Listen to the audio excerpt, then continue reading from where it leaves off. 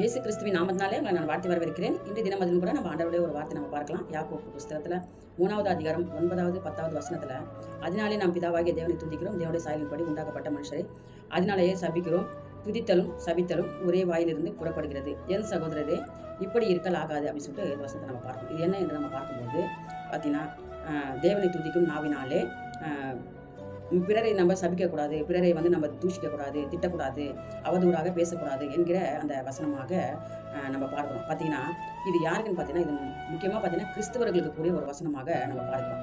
ஏன்னா, என் சகோதரரை இப்படி இருக்கல் ஆகாது, துதித்தலும் சபித்தலும் ஒரே வாயிலிருந்து நம்ம ஆண்டவரை துதிக்கிறதுனால இது கிறிஸ்தவர்களுக்கு உள்ளான ஒரு வசனமாக நம்ம பார்க்கிறோம். பாருங்க, பார்த்தீங்கன்னா, யாரையும் நாவினால நம்ம என்ன பண்ணக்கூடாது, சபிக்கவும் திட்டவும் நம்ம தூஷிக்கவும் கூடாது அப்படின்னு சொல்லி பாருங்க, நல்ல ஆண்டவரை நம்ம துதிப்பாங்க, செபிப்பாங்க, நல்லா உபவாசிப்பாங்க.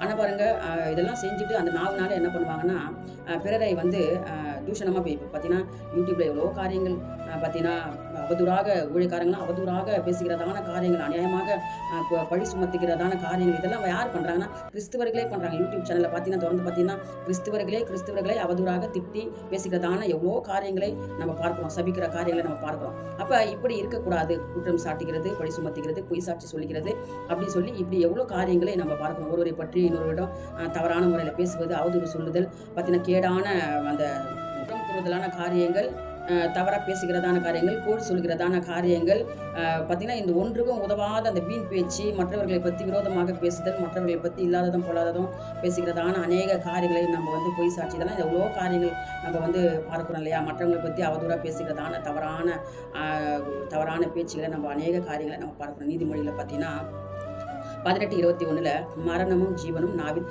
அதிகாரத்தில் இருக்கும், அதில் பிரியப்படுகிறவர்கள் அதன் கனியை புசிப்பார்கள்.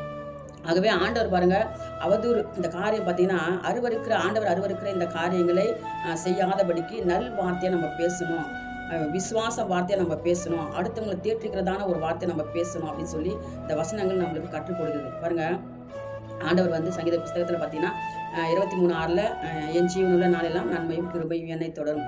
அப்போ ஆண்டவருக்கு நன்றி சொல்ல வார்த்தை, நம்ம நாவில் வர வார்த்தைகள் ஆண்டவருக்கு நன்றி சொல்லுகிற ஒரு வார்த்தையாகவும் ஆண்டவரை துதிக்கிற ஒரு வார்த்தையாகவும் இருக்கணும். அதுதான் ஆண்டவர் சொல்றாரு, துதித்தலும் சபித்தலும் ஒரே வாயில இருக்கக்கூடாது அப்படின்னு சொல்லி இந்த வசனத்தை நம்ம பார்க்கணும். இப்போ இந்த நாட்களில் நம்ம எப்படி இருக்கிறோம் நம்ம யோசிக்கணும். நம்ம வாயில நல்ல சர்ச்சைக்கு போகிறோம், சபைக்கு போகிறோம், நல்லா ஆண்டவர் ஆராதிக்கிறோம், உபவாசிக்கிறோம், செபிக்கிறோம், எல்லாம் பண்ணுறோம். ஆனால் பிறரை நம்ம எப்படி பேசுகிறோம் அப்படின்னு அதை நம்ம யோசிக்கணும். நம்ம யோசித்து இந்த நாட்களில் சிந்தித்து நம்ம செயல்படுவோம். நம்ம செபிக்கலாமா, இந்த தினம் அது கூட இந்த வார்த்தையின் மூலமாக ஆண்டவர் நம்மளோட பேசியிருக்கிற காரியத்துக்காக நம்ம செபிக்கலாம். ஸ்தோத்திரம் ஆண்டவர், அன்பின் நல்ல தகப்பன், இந்த நல்ல வேலைக்காக நாங்கள் நமக்கு நன்றி செலுத்துகிறோம் அப்பா. துதித்தலும் சபித்தலும்